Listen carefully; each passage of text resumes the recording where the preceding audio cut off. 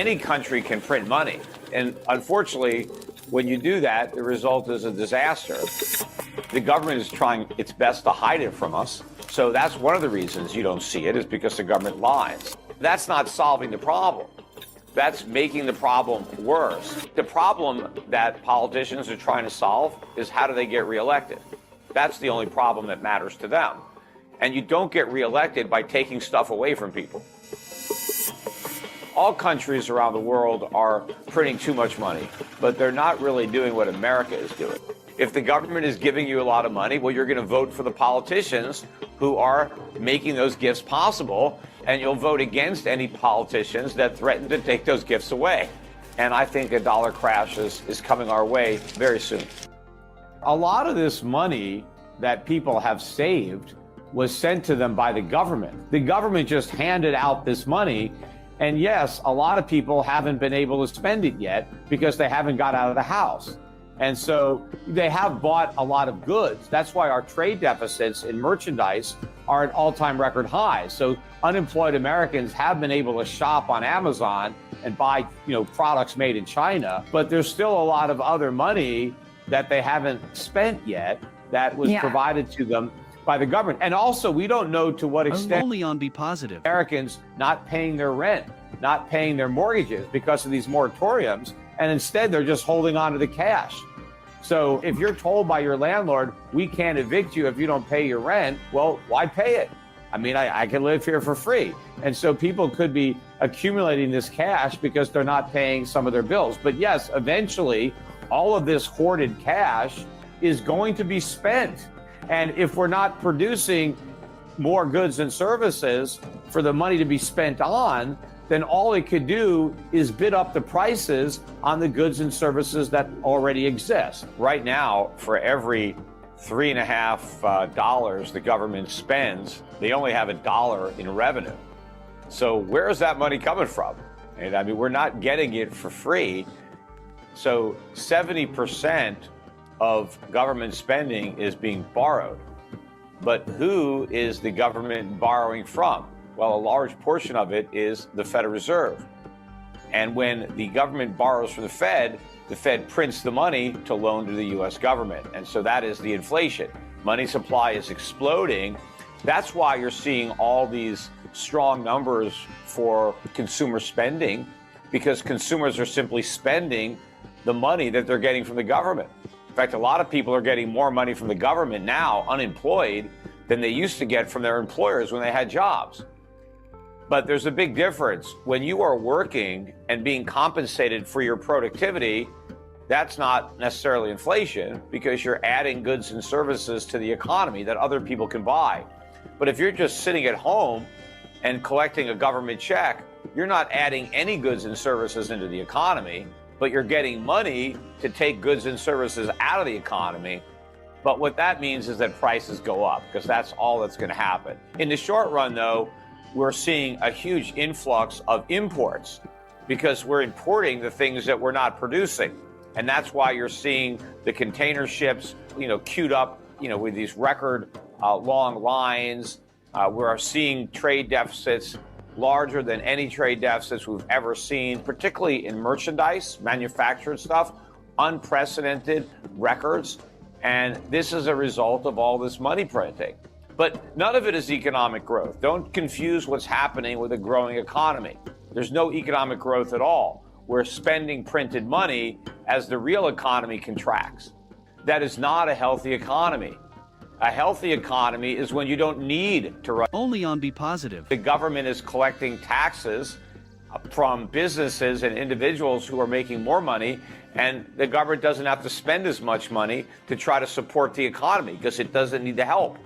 But when the government is spending record amounts of money on unemployment benefits and on other social spending programs, that's not a sign of a strong economy. When the trade deficits are at record highs, that's not a sign of a strong economy. So nothing about the economy is strength other than the printing of money. But any country can print money. And unfortunately, when you do that, the result is a disaster. At least that's what's happened historically. All countries around the world are printing too much money, but they're not really doing what America is doing. because our trade deficits are only possible because other countries have trade surpluses. So the countries that are running trade surpluses, well, they have viable economies. Their economies are actually growing because they're able to produce all this stuff that we're buying. It's the American economy that's not growing because we have to rely on what other economies that are growing produce because we're not producing. But this only works until the dollar crashes. And I think a dollar crash is coming our way very soon. The government is trying its best to hide it from us. So that's one of the reasons you don't see it, is because the government lies. But also, companies try to find clever ways to avoid raising prices. They do other things. They give you a smaller quantity. They substitute lower quality ingredients. Americans don't want jobs. Jobs are a means to an end. You want jobs because you need to pay your rent. You want a job because you need to put food on the table. You want a job because you need to, buy clothing and stuff like that. Well, if the government makes you a deal where, hey, you can sit back, you don't have to pay your rent, so you don't need rent money, we're going to send you money. You don't really need to go to work anymore. We're just going to give you what you used to earn. In fact, we'll give you more than you used to earn. Then that's a much better deal. So it's not, people don't want jobs from the government. They just want money from the government.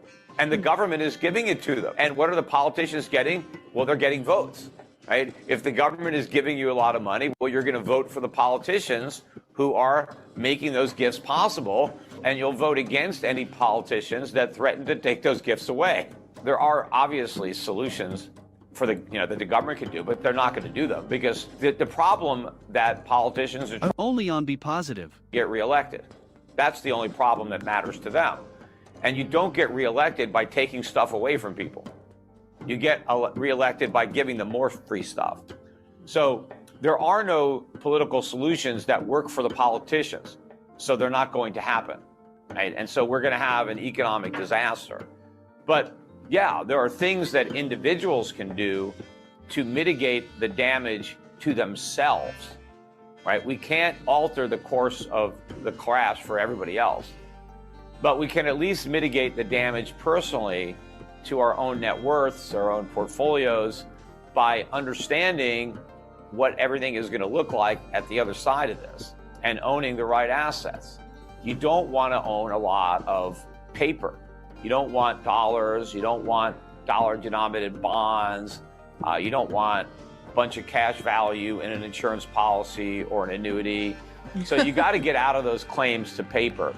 And so the dollar is going to be hit harder, and therefore the average American will feel this, to a much greater degree than will, Europeans or Asians or other people whose economies are not this screwed up and this dependent on exporting their currency and importing everything else. You're always going to have a degree of wealth disparity, and that's a good thing because people get rich by inventing things and increasing production of goods and services, by satisfying the needs and desires of consumers. And, we're not all equal. We're not equal in our ability. We're not equal in our drive or our ambition. And so there are going to be some people that are better at improving the lives of others than some people. And those people deserve to get richer. They contribute more and they deserve more. So you're going to have inequality, but that inequality is a price that we pay for prosperity. We have a lot more prosperity when we have inequality. If we make everybody equal, well, we're just going to be equally poor. And what's good about that? Why do we want to make other people poorer if we make ourselves poorer in the process? But the degree that we have today of inequality, the extremes that we have today, are not the result of what I just talked about. This is the result of government manipulation of interest rates and money supply and all this stuff that is only on Be Positive doing nothing but sitting on their assets. Right? These are not, and speculating and borrowing money from the Fed and taking that money and buying stuff and just letting it go up, right? So this is not the type of wealth creation that lifts all boats because we're not really creating wealth. We're just marking up the prices of the wealth that's there.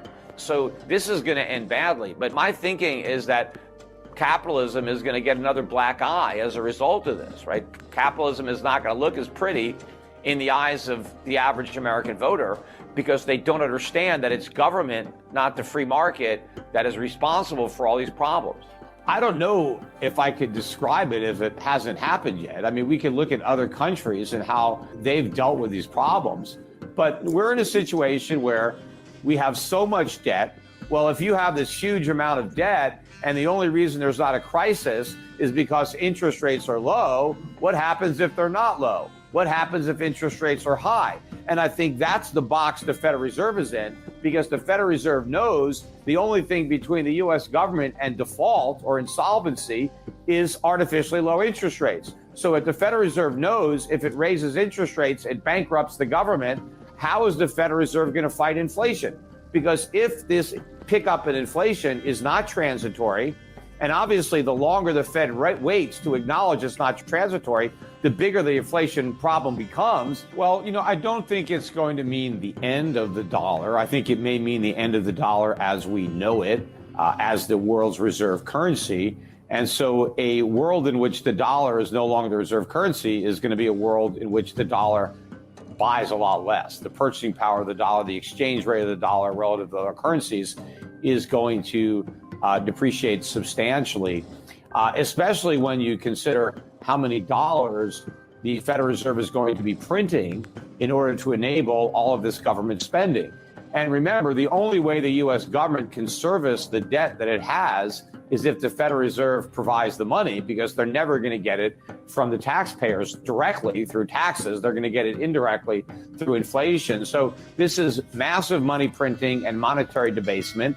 And as the dollar collapses, so too will the American standard of living, because Americans have been living for generations now off of the exorbitant privilege of the U.S. dollar being that world's reserve currency. And that is the reason that we can get away with running these massive trade deficits. We can still consume a lot, but not produce a lot, because the rest of the world is willing to produce for us because they're willing to take the dollars that we print. But of course, it doesn't cost us anything to create dollars out of it. Only on Be Positive. Nor does it really transfer any real value to our trading partners. Now, right now it does if the dollar is the reserve currency, but if it's not the reserve currency, it's just a piece of paper. And if we don't produce products for them to buy, then there's no reason to hold that paper, and they won't.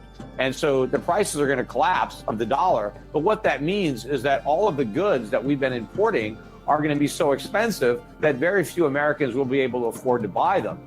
And it also means that a lot of the stuff that we're now producing for domestic consumption, a lot of those products will start being exported to people in other countries who now can outbid Americans for those goods because their currencies are much more valuable. So the whole American standard of living collapsed